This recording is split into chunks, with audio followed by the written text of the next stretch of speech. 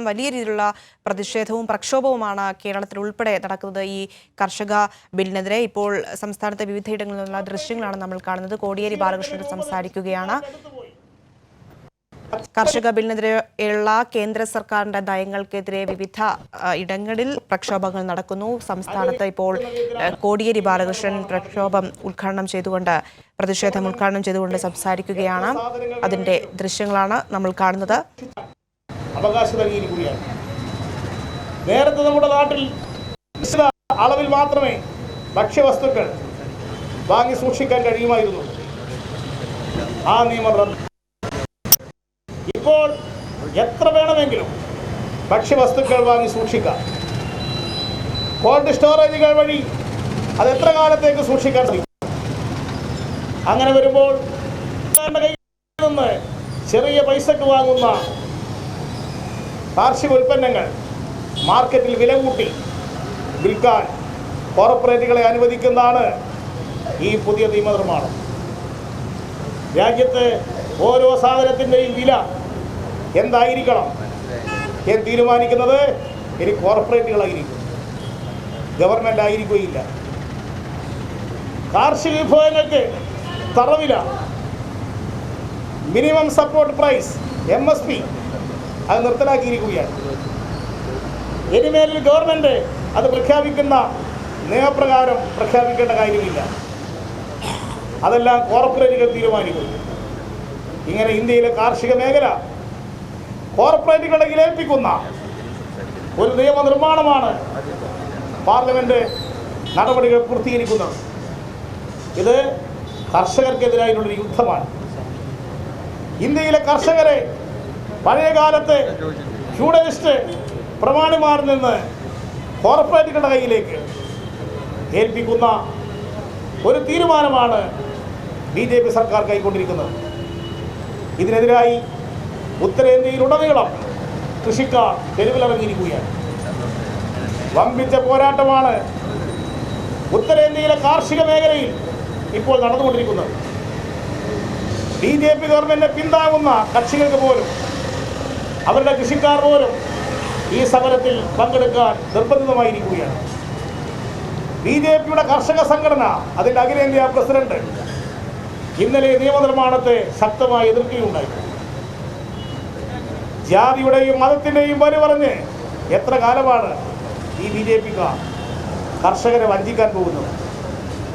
ഇനി അത് അധികകാലം സാധിക്കുകയില്ല. ഇന്ത്യയിലെ കർഷകർ ഉണർന്നുകൊണ്ടിരിക്കുകയാണ്. ഈ കർഷക പോരാട്ടം വരും നാളുകളിൽ നമ്മുടെ രാജ്യത്ത് ആളിക്കത്തുക തന്നെ ചെയ്യും, നീറിപ്പുകയുക തന്നെ ചെയ്യും.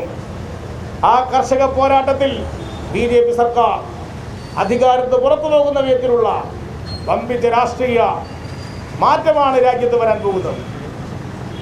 ഇന്ത്യയിലെ പ്രതിപക്ഷ കക്ഷികൾ ഈ കാര്യത്തിൽ സന്ദർഭത്തിനനുസരിച്ച് ഉയരണം. പാർലമെൻറ്റിൽ, പ്രത്യേകിച്ച് രാജ്യസഭയിൽ കോൺഗ്രസ് സന്ദർഭത്തിനനുസരിച്ച് ഉയർന്നില്ല. കോൺഗ്രസ് രാജ്യസഭയിൽ എല്ലാ കക്ഷികളെയും ഏകോപിപ്പിക്കാൻ ശ്രമിച്ചിരുന്നുവെങ്കിൽ രാജ്യസഭയിൽ ആ ബില്ല് പാസ്സാക്കാൻ കഴിയുമായിരുന്നില്ല. കോൺഗ്രസ് നേതാക്കന്മാർ പലരും ഉത്തരവാദിത്വം നിർവഹിച്ചില്ല. അതിൻ്റെ ഭാഗമായി രാജ്യസഭയിൽ അവർക്ക് ഈ നാടകങ്ങളെല്ലാം കാട്ടിക്കൂട്ടാനും ബില്ല് പാസ്സാക്കിയെടുക്കാനും സാധിച്ചു. കോൺഗ്രസ് ഈ കാര്യത്തിൽ ആത്മാർത്ഥത കാണിച്ചിരുന്നുവെങ്കിൽ രാജ്യസഭയിൽ ആ ബിൽ പരാജയപ്പെടുത്താൻ കഴിയുമായിരുന്നു. അതിനാവശ്യമായ മുന്നൊരുക്കങ്ങൾ നടത്താൻ കോൺഗ്രസ് നേതൃത്വം തയ്യാറായില്ല.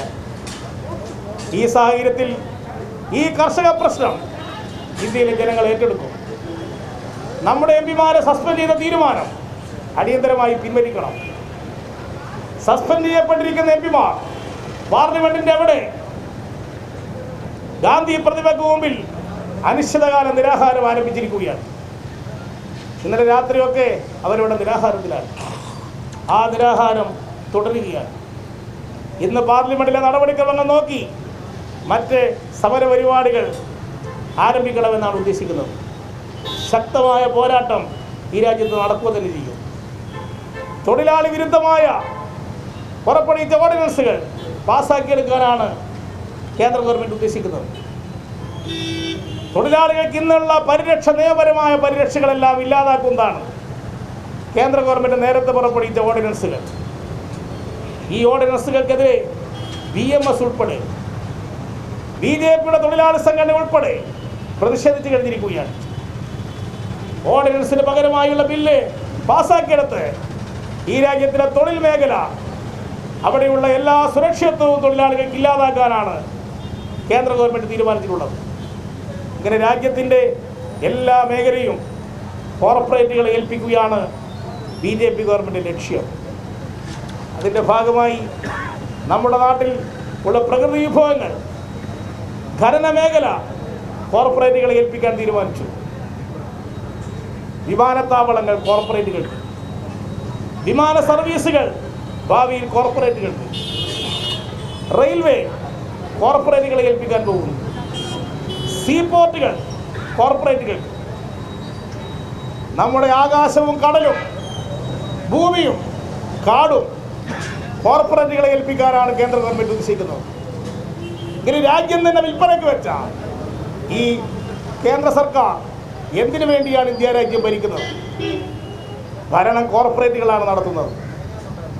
BJPക്കാരുടെ സംഘപരിവാർ സംഘടനകളുടെ അഭിപ്രായം പോലും സ്വീകരിക്കാൻ BJP ഗവൺമെൻറ് സന്നദ്ധമാകുന്നില്ല.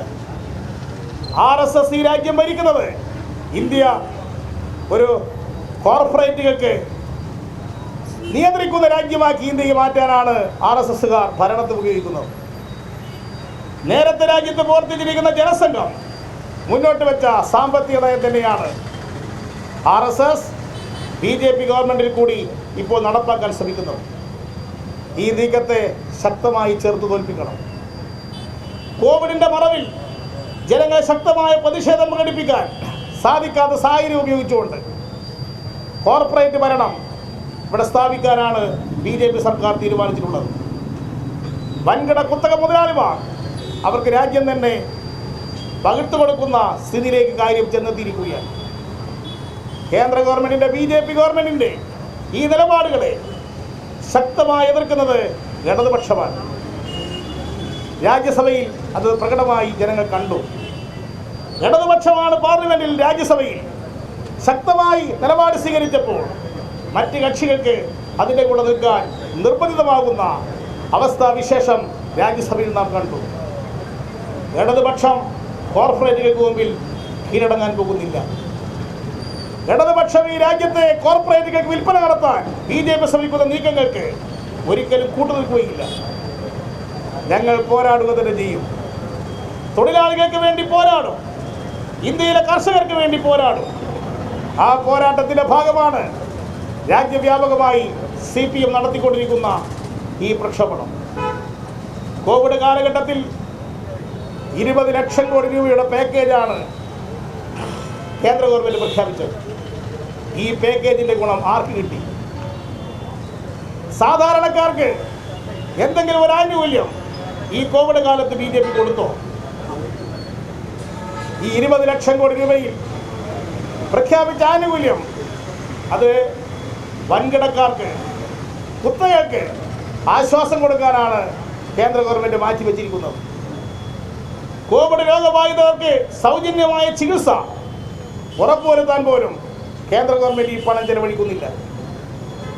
കേരളത്തിൽ മാത്രമാണ് കോവിഡ് രോഗബാധിതർക്കിടെ എല്ലാ ചികിത്സാ ചെലവുകളും സർക്കാർ ആശുപത്രിയിൽ നിർവഹിച്ചുകൊണ്ടിരിക്കുന്നത്. കേരളത്തിൽ കോവിഡ് ബാധിച്ചവരിൽ 97% പേരും സർക്കാർ ആശുപത്രിയിൽ നിന്നാണ് ചികിത്സ നേടിയിട്ടുള്ളത്. സൗജന്യമായ ചികിത്സ. 3% ആളുകൾക്ക് മാത്രമേ സ്വകാര്യ ആശുപത്രികളിൽ പോകേണ്ടി വന്നിട്ടുള്ളൂ.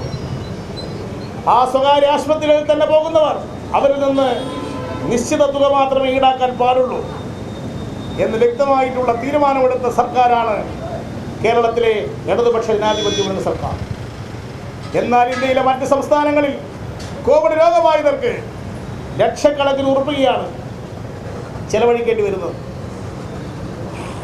സൗജന്യമായ ചികിത്സാ സൗകര്യം പോലും രാജ്യവ്യാപകമായി ഏർപ്പെടുത്താൻ കേന്ദ്രത്തിലെ BJP ഗവൺമെൻറ് സാധിച്ചില്ല.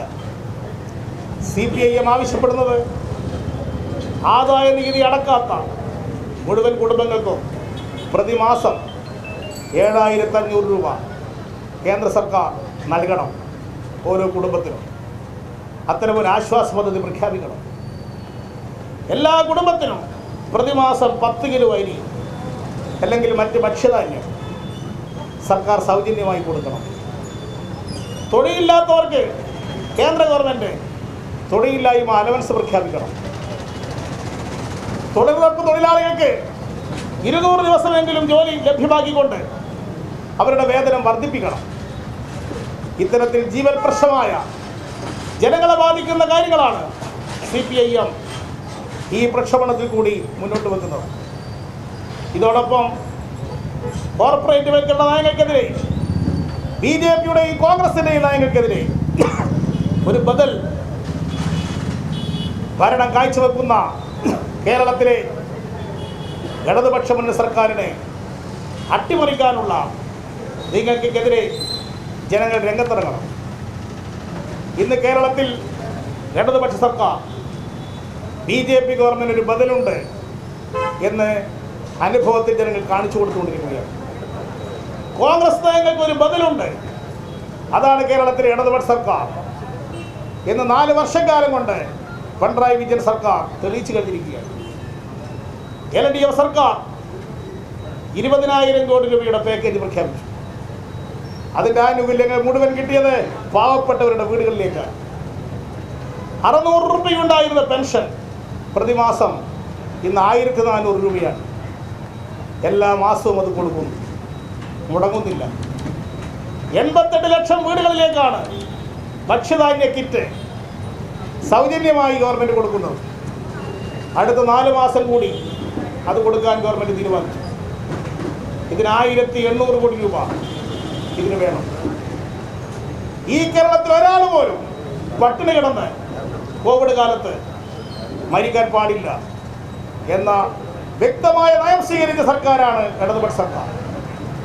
മുൻകാലങ്ങളിൽ ഒറ്റപ്പെട്ട പട്ടിണി മരണങ്ങൾ റിപ്പോർട്ട് ചെയ്യപ്പെട്ട കേരളത്തിൽ ഈ കോവിഡ് കാലത്ത് അത്തരത്തിലൊരു വാർത്ത നമുക്ക് കേൾക്കാൻ സാധിച്ചില്ല. ഇടതുപക്ഷ സർക്കാർ സ്വീകരിച്ച കരുതലാണ് ഇതിന് അടിസ്ഥാനം. ഞാൻ കൂടുതൽ വിശദമായി സംസാരിക്കാൻ ഉദ്ദേശിക്കുന്നില്ല. ഈ ഗവൺമെൻറ്റിൻ്റെ ജനക്ഷേമകരമായ പ്രവർത്തനങ്ങൾ ഓരോ ദിവസം കഴിയുന്തോറും ജനങ്ങളിൽ പ്രതികരണങ്ങൾ സൃഷ്ടിക്കാൻ തുടങ്ങി. ഏറ്റവും ഒടുവിൽ ഓണക്കാലത്ത് ഗവൺമെൻറ് 100 ദിവസങ്ങൾ കൊണ്ട് 100 പദ്ധതികൾ നടപ്പാക്കുമെന്ന് പ്രഖ്യാപിച്ചു. അത് ഓരോ ദിവസവും ഓരോ പദ്ധതികളായി സർക്കാർ നടപ്പാക്കിക്കൊണ്ടിരിക്കുകയാണ്. ശ്രീനാരായണ യൂണിവേഴ്സിറ്റി കൊല്ലത്ത് ആരംഭിക്കാൻ പോകുന്നു ഒക്ടോബർ മാസം 2-ാം തീയതി. ഈ കേരളത്തിൽ ആരെല്ലാം ഭരിച്ചു അവർക്കാർക്കും ചെയ്യാൻ സാധിക്കാത്ത കാര്യം ഇടതുപക്ഷം ചെയ്യാൻ പോകുന്നു. ശ്രീനാരായണ ഗുരുവിൻ്റെ പ്രതിമ ഈ തലസ്ഥാന നഗരിയിൽ ഇതുവരെ ഉണ്ടായില്ല. അത് സ്ഥാപിച്ചത് പിണറായി വിജയൻ സർക്കാരാണ്. നവോത്ഥാന നായകന്മാരിൽ ഏറ്റവും പ്രധാന സ്ഥാനത്തിരിക്കുന്ന ശ്രീനാരായണ ഗുരുവിന് ഒരു പ്രതിമയില്ലാത്ത ഈ തലസ്ഥാന നഗരിയിൽ ആ പ്രതിമയുണ്ടാക്കിയത് ഈ 100 ദിന പദ്ധതിയുടെ ഭാഗമായിട്ടാണ്. ഇനി ചട്ടമ്പിസ്വാമിയുടെ പേരിലും പ്രതിമ നിർമ്മിക്കാൻ പോകുന്നു. ഇത്തരം കാര്യങ്ങൾ അവഗണിക്കപ്പെട്ട മേഖലയിൽ സാമൂഹ്യ നവോത്ഥാന നായകന്മാരെ അവരുടെ ആശയങ്ങളെ ഉയർത്തിപ്പിടിച്ച് പ്രവർത്തിക്കുന്ന ഇടതുപക്ഷ സർക്കാർ ഇവിടെ സാമൂഹ്യനീതി ഉറപ്പുവരുത്താൻ വേണ്ടി പരിശ്രമിക്കുന്ന ഒരു സർക്കാരാണ്. അതുകൊണ്ട് ഈ സർക്കാർ പ്രഖ്യാപിച്ചിട്ടുള്ള 100 ദിന പദ്ധതികൾ ഓരോന്നോരോന്നായി വിജയിക്കുമ്പോൾ അത് കോൺഗ്രസിനും BJPക്കുമാണ് അവരുടെ അടി തെറ്റിക്കൊണ്ടിരിക്കുന്നത്. അവരുടെ കാലിൻ്റെ അടിയിലെ മണ്ണ് ചോർന്നു പോകുന്നു എന്നവർക്ക് മനസ്സിലായി തുടങ്ങി. നിരവധി പേർ ആ പാർട്ടിയിൽ നിന്ന് രാജിവെച്ച് ഇടതുപക്ഷത്തോടൊപ്പം സഹകരിക്കുന്ന കാഴ്ച കേരളത്തിൻ്റെ പലയിടങ്ങളിലും റിപ്പോർട്ട് ചെയ്യപ്പെട്ടുകൊണ്ടിരിക്കുന്നു. അതുകൊണ്ട് അവർ ഇപ്പോൾ തീരുമാനിച്ചിരിക്കുന്നത് ഇനി കേരളത്തിൽ LDFന് ഒരു ഭരണം ഉണ്ടാകാൻ പാടില്ല, ഒരു തുടർ ഭരണം LDFന് കൊടുക്കരുത് എന്നതാണ് LDFൻ്റെ ശത്രുക്കൾ ഇപ്പോൾ ചിന്തിച്ചുകൊണ്ടിരിക്കുന്നത്. കുഞ്ഞാലിക്കുട്ടി കഴിഞ്ഞ ദിവസം പരസ്യമായിട്ട് പറഞ്ഞു, ഇനി ഒരു പ്രാവശ്യം കൂടി ഇടതുപക്ഷം വന്നാൽ പിന്നെ UDF കേരളത്തിൽ ഉണ്ടാവുകയില്ല എന്ന് കുഞ്ഞാലിക്കുട്ടിക്ക് പരസ്യമായി അവരുടെ പ്രവർത്തക യോഗത്തിൽ പ്രതികരിക്കേണ്ടതായിട്ട് വന്നു. ഇത് തന്നെയാണ് ബി ജെ പിയും കാണുന്നത്. ബി ജെ പിയുടെ ലക്ഷ്യം അടുത്ത നിയമസഭാ തെരഞ്ഞെടുപ്പിൽ വിജയിക്കുക എന്നുള്ളതല്ല, കുറച്ച് സീറ്റ് അടുത്ത നിയമസഭാ തെരഞ്ഞെടുപ്പിൽ നേടുക. അതിനുവേണ്ടി UDF-മായി ചേർന്ന് സീറ്റുകൾ അഡ്ജസ്റ്റ്മെൻറ്റ് ചെയ്യുക, വോട്ട് കച്ചവടം ചെയ്യുക. ഇതാണ് അവർ ഉദ്ദേശിക്കുന്നത്. നാം കണക്കിലെടുക്കേണ്ടത് ഇത്തരത്തിൽ കമ്മ്യൂണിസ്റ്റ് പ്രസ്ഥാനത്തിനെതിരായും ഇടതുപക്ഷ പ്രസ്ഥാനത്തിനെതിരായും മഹാസഖ്യങ്ങൾ കേരളത്തിൽ മുമ്പും ഉണ്ടാക്കിയിട്ടുണ്ട്. അതിന് തുടക്കം കുറിച്ചത് വിമോചന സമരകാലത്തായിരുന്നു. അതിനുശേഷം നടന്ന തെരഞ്ഞെടുപ്പിൽ 1960-ൽ സഖാ VMS പട്ടാമ്പിയിൽ മത്സരിച്ചു. 1960-ൽ കമ്മ്യൂണിസ്റ്റ് പാർട്ടിയുടെ സ്ഥാനാർത്ഥിയായി. സഖാ VMS-നെതിരായി നോമിനേഷൻ കൊടുത്ത ജനസംഘ സ്ഥാനാർത്ഥി പിൻവലിച്ചു. കോൺഗ്രസ് സ്ഥാനാർത്ഥിക്ക് പിന്തുണ പ്രഖ്യാപിച്ചു. അത് സഖാ VMS-നെ തോൽപ്പിക്കാൻ പണ്ഡിറ്റ് ജവഹർലാൽ നെഹ്റു, ഇന്ദിരാഗാന്ധി, മൊറാർജി ദേശായി, സുജേത കൃപലാനി ഇവരെല്ലാം പട്ടാമ്പിയിലേക്ക് വന്നു. ബാഫയ്ക്ക് തങ്ങൾ അവിടെ ക്യാമ്പ് ചെയ്ത് പ്രവർത്തിച്ചു. ജനസംഘത്തിന് നേതാവായിരുന്ന ദീനദയാൽ ഉപാധ്യായ പട്ടാമ്പിയിൽ വന്നു EMS-നെ തോൽപ്പിക്കാൻ. ഇവരെല്ലാം കൂടി ചേർന്ന് 1960-ൽ മഹാസഖ്യം ഉണ്ടാക്കി. സഖാ VMS-നെ തോൽപ്പിക്കാനായിരുന്നു ഈ മഹാസഖ്യത്തിൻ്റെ തുടക്കം. പക്ഷേ എല്ലാവരും ഒത്തുചേർന്നിട്ടും 60-ൽ പട്ടാമ്പിയിൽ സഖാ VMS വിജയിച്ചു. ഇത്തരത്തിലുള്ള അവിശുദ്ധ കൂട്ടുകെട്ടുകളെ എപ്പോഴും പരാജയപ്പെടുത്തിയ ചരിത്രമാണ് ഈ കേരളത്തിലുള്ളത്. 1991-ൽ ഇടതുപക്ഷം വീണ്ടും വരും എന്ന സ്ഥിതി വന്നപ്പോൾ അന്നാണ് പ്രസിദ്ധമായ കോലീബി സഖ്യം ഉണ്ടാക്കിയത്. വടകരയിൽ പാർലമെന്റ് മണ്ഡലത്തിൽ, ബേപ്പൂർ അസംബ്ലി മണ്ഡലത്തിൽ UDF-ഉം BJP യോജിച്ച് സംയുക്ത സ്ഥാനാർത്ഥി നിർത്തി ഇടതുപക്ഷത്തെ തോൽപ്പിക്കാൻ ശ്രമിച്ചു. പലയിടങ്ങളിലും അവർ പരസ്യമായി രഹസ്യമായി കൂട്ടുകെട്ടുണ്ടാക്കി. അതിനിടയിൽ ആണ് 91-ൽ അന്ന് രാജീവ് ഗാന്ധി കൊല ചെയ്യപ്പെട്ട ദുഃഖകരമായ വാർത്ത പുറത്തു വന്നപ്പോൾ അത് സംബന്ധിച്ച് രാഷ്ട്രീയ സ്ഥിതിഗതികളിൽ മാറ്റം വന്നു. അവരുടെ പദ്ധതികളെ നടപ്പാക്കാൻ സാധിക്കാതെ വന്നു. അല്ലെങ്കിൽ 91-ൽ കേരള നിയമസഭയിൽ BJP-ക്കാർ രാമൻ പിള്ളയിൽ കൂടിയും KG മാരാറിൽ കൂടിയും നിയമസഭയിലോ പ്രവേശനം നേടുമായിരുന്നു. അന്നവർക്കത് സാധിച്ചില്ല. എന്നാൽ കഴിഞ്ഞ നിയമസഭാ തെരഞ്ഞെടുപ്പിൽ നേമത്ത് കോൺഗ്രസിന്റെ വോട്ട് കൂട്ടത്തോടെ രാജഗോപാലന് ചെയ്തുകൊണ്ട് ഒരു BJP-കാരനെ കഴിഞ്ഞ നിയമസഭാ തെരഞ്ഞെടുപ്പിൽ അവർ നിയമസഭയിൽ എത്തിച്ചു. ഇപ്പോൾ BJP ഉദ്ദേശിക്കുന്നത് ഇതുപോലുള്ള നീക്കുപോക്കുകൾ ഉണ്ടാക്കി നിയമസഭയിൽ കടന്നുകൂടുക. നിയമസഭയിൽ കടന്നുകൂടിയാൽ പിന്നെ UDF-ആണ് വരുന്നതെങ്കിൽ ആ UDF-നെ പലതരത്തിൽ ശിഥിലമാക്കി മറ്റ് സംസ്ഥാനങ്ങൾ ചെയ്തതുപോലെ കേരളത്തിലും BJP-ക്ക് നിയന്ത്രിക്കാൻ സാധിക്കുന്ന ഒരു ഭരണ സംവിധാനം ഉണ്ടാക്കുക എന്നതാണ് RSS-ന്റെ ലക്ഷ്യം. ഇടതുപക്ഷം വീണ്ടും വന്നാൽ RSS-ന്റെ അജണ്ട ഇവിടെ നടക്കാൻ പോകുന്നില്ല. മതന്യൂനപക്ഷങ്ങളെയും പിന്നോക്ക സമുദായത്തിൽപ്പെട്ടവരെയും ജനാധിപത്യ ശക്തികളെയും ആക്രമിക്കാനുള്ള RSS-ന്റെ അജണ്ട ഇവിടെ നടപ്പാവുകയില്ല ഇടതുപക്ഷം അധികാരത്തിൽ വന്നാൽ. അത് മനസ്സിലായിക്കൊണ്ടാണ് തുല്യ ദുഃഖിതന്മാരായ കോൺഗ്രസും മുസ്ലിം ലീഗും BJP-യും ഒത്തുചേർന്നുകൊണ്ടുള്ള രാഷ്ട്രീയ തന്ത്രങ്ങൾ ഇവിടെ ആവിഷ്കരിക്കുന്നത്. അതിൻ്റെ ഭാഗമാണ് ഇപ്പോൾ നടക്കുന്ന സമരങ്ങൾ. ഈ ഗവൺമെൻറ്റിനെ അട്ടിമറിക്കാനുള്ള അട്ടിമറി സമരങ്ങളാണ്. കലാപം സംഘടിപ്പിക്കാനാണ് അവർ ഉദ്ദേശിക്കുന്നത്. അതിൻ്റെ ഭാഗമായിരുന്നു വെഞ്ഞാറമൂടിൽ നടന്ന ഇരട്ട കൊലപാതകം. രാജ്യത്ത് കൊലപാതകങ്ങളും അക്രമങ്ങളും സംഘടിപ്പിക്കുക, അരക്ഷിതാവസ്ഥ ഉണ്ടാക്കുക, അതാണ് അവരുടെ ഉദ്ദേശം. ഇപ്പോൾ നടക്കുന്ന സമരങ്ങളെല്ലാം അക്രമങ്ങൾ നടത്തുകയാണ്. പോലീസിനെ ആക്രമിക്കുന്നു. എവിടെയെങ്കിലും പോലീസുകാരെ അപകടത്തിൽപ്പെടുത്തി പ്രകോപനം സൃഷ്ടിച്ച് പോലീസിനെ കൊണ്ട് വെടിവെപ്പിക്കുക എന്നതാണ് കോൺഗ്രസിന്റെ തന്ത്രം. പോലീസുകാർ അങ്ങേയറ്റം ആത്മസംയമനം പാലിക്കുന്നതുകൊണ്ട് മാത്രമാണ് അത്തരം സംഭവങ്ങൾ ഇവിടെ നടക്കാൻ കഴിയാത്തത്. മന്ത്രിമാരെ വഴിയിൽ ആക്രമിക്കുന്നു. മന്ത്രി KT ജലീലിനെ കൊല്ലത്ത് അപകടത്തിൽപ്പെടുത്താൻ ശ്രമിച്ചില്ലേ? ജലീൽ സഞ്ചരിച്ച വാഹനത്തിന് മുമ്പിൽ കുറുകെ ഒരു വാഹനം കൊണ്ടുപോയിട്ട് അപകടം ഉണ്ടാക്കാൻ ശ്രമിച്ചു. അത്ഭുതകരമായി ജലീൽ രക്ഷപ്പെടുകയാണ് ഉണ്ടായത്. സഖാവ് AK ബാലന്റെ വാഹനം വടിയിൽ തടഞ്ഞു നിർത്തി പടക്കമറിഞ്ഞു വാഹനത്തിന് നേരെ. ഇങ്ങനെ മന്ത്രിമാരെ ആക്രമിക്കുന്ന പദ്ധതി അത് തയ്യാറാക്കിയത് പ്രകോപനം സൃഷ്ടിക്കാനാണ്, അരാജകത്വം സൃഷ്ടിക്കാനാണ്, കലാപം സൃഷ്ടിക്കാനാണ്. അങ്ങനെ ഇടതുപക്ഷ ഭരണത്തിൽ അരക്ഷിതാവസ്ഥയാണെന്ന് പ്രചരിപ്പിച്ച് നാട്ടിലാകെ പ്രശ്നങ്ങൾ സൃഷ്ടിക്കുകയാണ് സമാന്തരമായി കോൺഗ്രസും BJP ചെയ്യുന്നത്.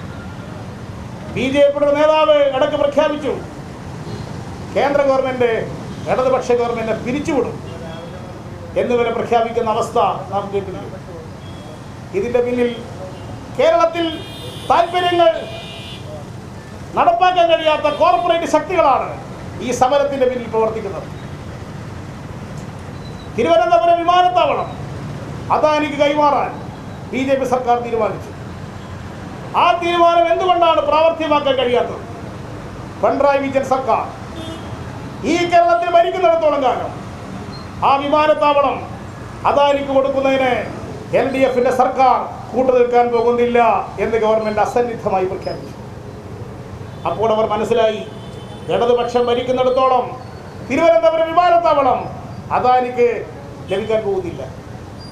LDF സർക്കാർ പറയുന്നത് കൊച്ചി CR മോഡലിൽ ഒരു വിമാനത്താവളം ഇവിടെ സ്ഥാപിക്കാം. തിരുവനന്തപുരത്തിന്റെ വികസനത്തിന് വേണ്ടി വിമാനത്താവളം വികസിപ്പിക്കണം. അത് സ്വകാര്യ മേഖലയെ ഏൽപ്പിക്കുകയല്ല വേണ്ടത്. ഇന്ത്യയിലെ ഏറ്റവും വലിയ വിമാനത്താവളമായി വികസിച്ചുകൊണ്ടിരിക്കുന്ന കൊച്ചി മോഡലിൽ ഇവിടെ ഒരു വിമാനത്താവളം സ്ഥാപിക്കണം. അതാണ് ഇടതുപക്ഷ സർക്കാർ ആവശ്യപ്പെടുന്നത്. അദാനിക്ക് കൊടുക്കാനുള്ള നീക്കത്തെ ഇടതുപക്ഷം എതിർക്കുന്നു. നേരത്തെ VS ഗവൺമെന്റ് കാലത്ത് വിഴിഞ്ഞം ഹാർബർ അത് സ്വകാര്യ മേഖല കൊടുക്കാൻ തീരുമാനിച്ചു. LDF സർക്കാർ അതിനെ എതിർത്തു. അത് നടന്നില്ല. നമ്മുടെ LDF ഗവൺമെന്റ് കാലത്ത് ഉമ്മൻചാണ്ടി വന്നു. ആ വിഴിഞ്ഞം ഹാർബർ അദാനിയെ ഏൽപ്പിച്ചു. LDF പോയി, UDF വന്നപ്പോൾ അദാനിക്ക് വിഴിഞ്ഞം ഹാർബർ ലഭിച്ചു. ഇപ്പോൾ LDF പോയി, മറ്റുള്ളവർ വന്നാൽ തങ്ങൾക്കിത് കിട്ടും എന്ന് കോർപ്പറേറ്റുകൾ തിരിച്ചറിഞ്ഞിരിക്കുകയാണ്. ആ ശക്തികൾ ഈ സമരത്തിന്റെ പിന്നിൽ എല്ലാ ധനസഹായവും നൽകിക്കൊണ്ട് ഇവരെ പ്രോത്സാഹിപ്പിക്കുകയാണ്. വൻതോതിൽ പണം ഈ സമരത്തിൽ അവർ ചെലവഴിക്കുന്നത് എവിടെ നിന്നാണ് ഈ പണം അവർക്ക് ലഭിച്ചത്? വിമോചന സമരകാലത്ത് അമേരിക്കൻ ഫണ്ട് വാങ്ങിക്കൊണ്ടാണ് സമരം നടത്തിയെങ്കിൽ ഇന്ന് കോർപ്പറേറ്റുകളുടെ ഫണ്ട് വാങ്ങിക്കൊണ്ടാണ് അവർ ഈ സമരങ്ങൾ സംഘടിപ്പിച്ചുകൊണ്ടിരിക്കുന്നത്. കേരളത്തിൽ LDF സർക്കാർ പ്രഖ്യാപിച്ച K-ഫോൺ പദ്ധതി, അത് അംബാനി ഗ്രൂപ്പുകാരുടെ ജിയോ പദ്ധതിക്ക് ബദലാണ് ഈ കേരളത്തിൽ LDF സർക്കാർ പ്രഖ്യാപിച്ചിട്ടുള്ള K-ഫോൺ പദ്ധതി. 20 ലക്ഷം കുടുംബങ്ങൾക്ക് സൗജന്യമായി ഇന്റർനെറ്റ് ലഭിക്കാൻ പോവുകയാണ്. അത് ജിയോ പദ്ധതിക്ക് ബദലായി കേരളത്തിലെ ഇടതുപക്ഷ സർക്കാരിന്റെ സമീപനം പാവപ്പെട്ടവർക്ക് ഇത്തരം സൗകര്യങ്ങൾ ലഭ്യമാക്കാൻ വേണ്ടിയിട്ടാണ്. കേരളത്തിലെ എല്ലാവർക്കും ഇന്റർനെറ്റ് സൗകര്യം എല്ലാ വീട്ടിലും ലഭ്യമാക്കാനാണ് K-ഫോൺ പദ്ധതി. ഇത് കോർപ്പറേറ്റുകൾക്ക് ഇത് സഹിക്കുന്നില്ല. ഈ മൊബിലിറ്റി പദ്ധതി കേരളത്തിലെ പൊതുവാഹനങ്ങളെല്ലാം ഇലക്ട്രിക് വാഹനങ്ങളാക്കി മാറ്റാനുള്ള പദ്ധതി. ഇത് കോർപ്പറേറ്റുകൾ കടന്നു വരുന്ന മേഖലയിൽ ഇടതുപക്ഷം പൊതു സംവിധാനത്തിന് രൂപം കൊടുക്കുകയാണ്. ഇത്തരം പൊതു സംവിധാനങ്ങളുമായി മുന്നോട്ട് പോകുന്ന ഇടതുപക്ഷ സർക്കാരിനെ കേരളത്തിൽ ഇല്ലാതാക്കണമെന്നത് കോർപ്പറേറ്റ് താൽപര്യമാണ്.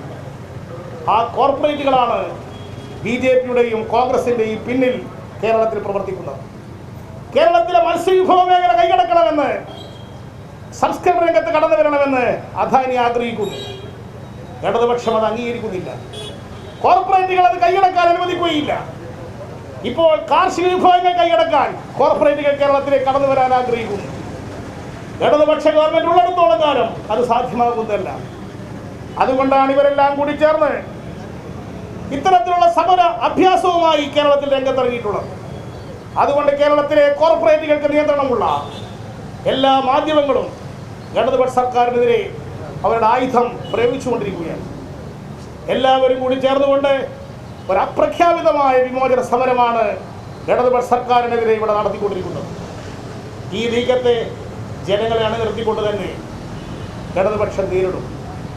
ജനങ്ങളാണ് ഇടതുപക്ഷത്തിന്റെ കരുത്ത്.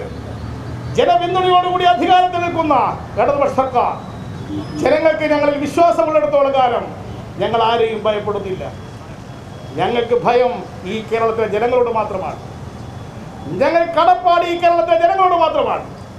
ആ ജനങ്ങളുടെ വിശ്വാസം അർപ്പിച്ചുകൊണ്ട് ഇടതുപക്ഷ സർക്കാർ ഇനിയും മുന്നോട്ട് പോകുന്നതിന് ചെയ്യും. പ്രഖ്യാപിച്ച പദ്ധതികൾ എല്ലാം നടപ്പാക്കും.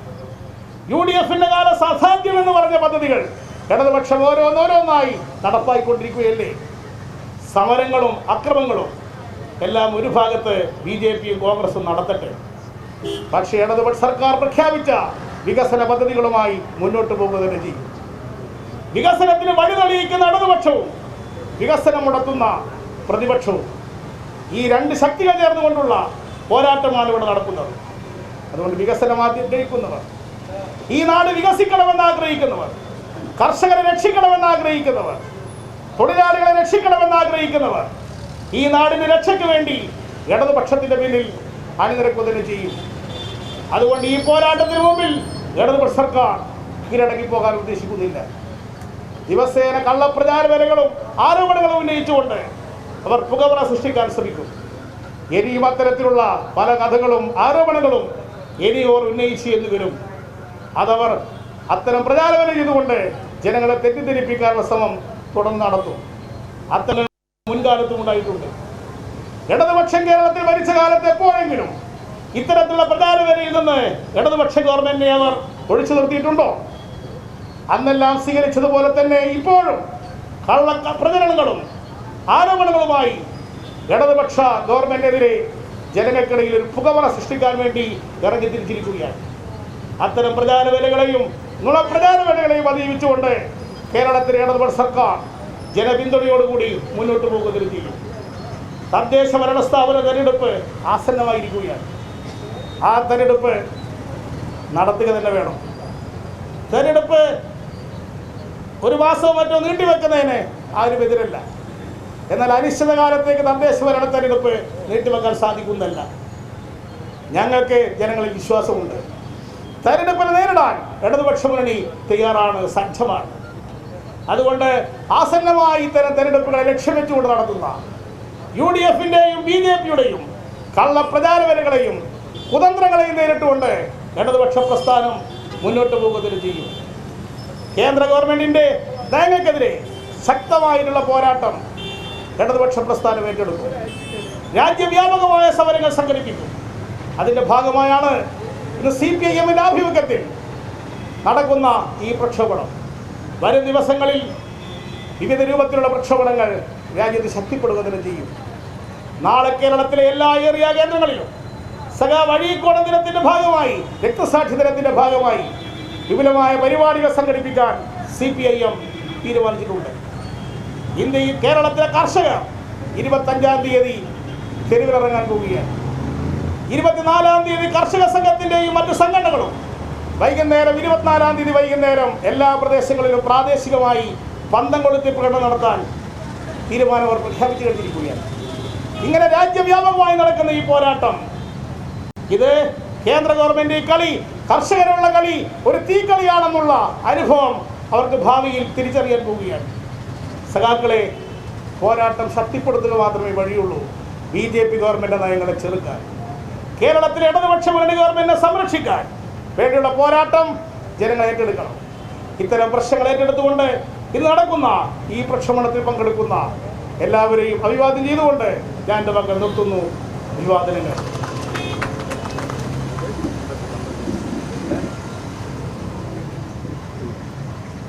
കോർപ്പറേഷൻ തെരഞ്ഞെടുപ്പിൽ അവർ കൂട്ടുകൂടിയ രാഷ്ട്രീയ പാർട്ടിയാണ് മുസ്ലിം ലീഗ്. ബാഗ് താക്കറയും ബനാത്ത് വാലയും ഒന്നിച്ചു നിന്നുകൊണ്ടാണ് പ്രസംഗിച്ചത്. അതാണ് ലീഗ്. അധികാരം മാത്രം, അതും അതിനകത്ത് നേതൃത്വം നൽകുന്ന സമ്പന്നരുടേത്. മുസ്ലിം സമുദായത്തിനകത്തുള്ള ലക്ഷക്കണക്കിന് കർഷകരില്ലേ? മുസ്ലിം ലീഗിനകത്തുള്ളവന്റെ കർഷകരില്ലേ? ഈ പ്രശ്നം എന്തേ അവർ ഉന്നയിക്കുമില്ല? പാർലമെന്റ് അകത്തേക്ക് പോയി കേരളത്തിലേക്ക് കുതിച്ച് ഇവിടെ CPM-നെതിരെ യുദ്ധം നടത്താൻ വരുന്നതിന് പകരം പാവപ്പെട്ട മുസ്ലിം കർഷകരുമുണ്ട് എന്ന തിരിച്ചറിവോടുകൂടി എന്തുകൊണ്ട് മുസ്ലിം ലീഗ് നിൽക്കുമില്ല? കോർപ്പറേറ്റ് സമ്പന്ന താല്പര്യമാണ്. അപ്പൊ BJP-യും കോൺഗ്രസും ലീഗും ചേർന്നുള്ള വലിയ സഖ്യം ഈ ലീഗ് കോബിയിൽ കുറച്ച് കഴിയുമ്പോൾ താമര പോയി വീഴും. പിന്നെ ലീബിയാവും ലീഗും BJP-യും. കോൺഗ്രസിന് എങ്ങനെ അധികാരത്തിൽ നിന്ന് കയറണമെന്നേ ഉള്ളൂ. കാരണം അവിടെ ഇല്ല, ഇവിടെ 5 വർഷമായിട്ടില്ല. ഒരു 5 വർഷം കൂടി ഇല്ലാതായാൽ പിന്നെ കോൺഗ്രസ് ഇല്ല. BJP-ക്ക് ദീർഘകാല ലക്ഷ്യമാണ്. എളുപ്പത്തിൽ കേരളത്തിന്റെ രാഷ്ട്രീയ അധികാരത്തിലേക്ക് വരാൻ കഴിയില്ല. നവോത്ഥാന മുന്നേറ്റങ്ങൾ സമ്പന്നമായ ചരിത്രം ഉറപ്പിച്ച മതനിരപേക്ഷ അടിത്തറയുണ്ട്. ഇടതുപക്ഷ രാഷ്ട്രീയത്തിന്റെ സ്വാധീനം, അതിന്റെ ഭാഗമായി നിൽക്കുന്ന ജനാധിപത്യ മതനിരപേക്ഷമായ ഉള്ളടക്കമുണ്ട്. അതുകൊണ്ട് എളുപ്പത്തിൽ അധികാരത്തിൽ വരാൻ കഴിയാത്തത് കൊണ്ട് കോൺഗ്രസിനെ പിന്തുണയ്ക്കുക. ഇടതുപക്ഷം പരാജയപ്പെട്ടു കഴിഞ്ഞാൽ കോൺഗ്രസിനെ ആകെ വിഴുങ്ങുക. ഈ അജണ്ടയാണ് അവർ നടപ്പിലാക്കാൻ ശ്രമിക്കുന്നത്. അത് തിരിച്ചറിയാൻ കഴിയണം. അതുകൊണ്ടാണ് ദേശീയ പ്രക്ഷോഭത്തിന്റെ ഭാഗമായി ഈ ഗവൺമെന്റിനെ സംരക്ഷിക്കുന്ന മുദ്രാവാക്യം കൂടി അവരോട് ചേർത്ത് വയ്ക്കാൻ CPIM തീരുമാനിച്ചിട്ടുള്ളത്. ഇത് പരമാവധി ജനങ്ങളിലേക്ക് എത്തിക്കാൻ നമുക്ക് കഴിയണം. ഇന്നത്തെ കാലത്തെ പരിമിതികളെ ശരിയായ രൂപത്തിൽ തിരിച്ചറിഞ്ഞും അതിനെ സാധ്യതകളാക്കി മാറ്റി ജനങ്ങളിലേക്ക് വസ്തുതകൾ എത്തിക്കാനുള്ള സമരങ്ങളിൽ ഇനിയുള്ള ദിവസം എല്ലാവരും കേന്ദ്രീകരിക്കണം എന്നുകൂടി അഭ്യർത്ഥിച്ചുകൊണ്ട് മുഴുവൻ സഖാക്കളെ അഭിവാദ്യം ചെയ്തുകൊണ്ട് ഈ സമരം ഉദ്ഘാടനം ചെയ്ത ഞാൻ എന്റെ വാക്കുകൾ അവസാനിപ്പിക്കുന്നു. എല്ലാവർക്കും അഭിവാദ്യങ്ങൾ.